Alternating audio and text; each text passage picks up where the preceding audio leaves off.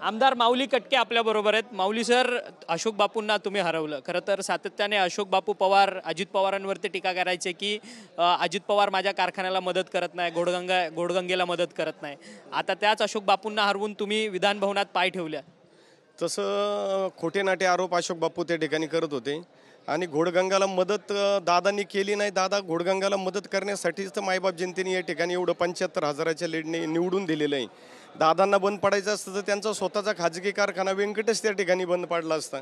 त्याच्यामुळे हे खोटे नाटे आरोप केल्यामुळेच मायबाप जनतेने त्या ठिकाणी त्यांना जवळपास 5 लाखांनी घरी पाठवलेलं आहे। परंतु या सगळ्या तुमच्या निवडणुकीत शिरूर हवेलीच्या संपूर्ण निवडणुकीमध्ये त्यावेळेस अनेक आरोप प्रत्यारोप जे आहेत ते झालेले आपल्याला पाहायला मिळालेले होते।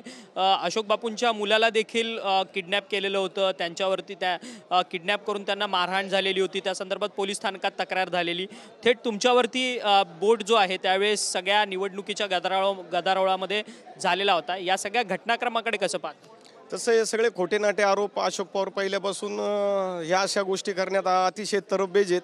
ते कुठल्याही थराला जाऊ शकतात। त्यांनी ते स्वतःच हे सगळं षडयंत्र कौटुंबिक घरात बसूनच रचलं होतं आणि त्याचं त्या पद्धतीने पोलीस प्रशासनाच्या माध्यमातून सगळा रिपोर्ट समोर आला आणि त्यांनी सांगितलं की त्यात कुठलाही असं राजकीय हस्तक्षेप किंवा कनेक्शन नाही आहे। त्यामुळे त्यांनी त्याच्यात क्लिअर केलं होतं।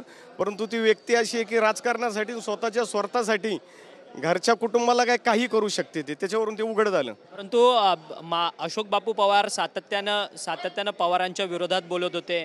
म्हणजे दादांनी देखील अशोक बापूंना अनेक वेळा दम दिलेला होता की तू आमदार म्हणून कसा निवडून येतो, आणि शेवटी ते आलेच नाही। म्हणूनच मायबाप जनतेने या ठिकाणी जे त्यांनी खोटे आश्वासन खोटं नाटक षडयंत्र रचून जे खोटे आरोप करत होते त्याला उत्तर म्हणून मायबाप जनतेने उत्तर दिलं या ठिकाणी मतदानातून। आणि आपण पाहतोय की 5 आणि 10 20,000 नाही तर जवळपास 75,000च्या लीडने या ठिकाणी विश्वास ठेवलेला आहे अजितदादांच्यावर। फेर मतमोजणीची मागणी केली जाते अशोक बापूंकडनं। ते म्हणतात की असं होऊच शकत नाही, मला एवढ्या मताधिक्याने माझा पराभवच होऊ शकत नाही असं त्यांचं। आमचं पण म्हणणं आहे, आम्हाला 25,000 मतं कमी पडले, ती 1 लाखाच्या वर पडायला पाहिजे होते ते। हे होते माऊली कटके, जे शिरूर हवेलीचे आमदार आहेत। अशोक बापू पवारांना पराभूत करून विधान भवनात पोहोचलेले आहेत। खरं तर 75,000च्या लीडने माऊली कटके यांचा विजय झालेला आहे आणि त्यांनी थेट आरोप जे आहे ते अशोक बापूंवरती केलेले आहेत आपल्याला पाहायला मिळतात। व्हिडिओ जर्नलिस्ट गणेश रहाटेसह अक्षय मंगणे, TV9 मराठी, मुंबई।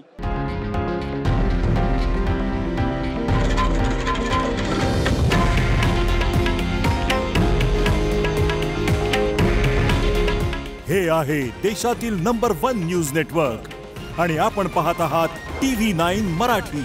काळजी तुमची, हित महाराष्ट्राचं।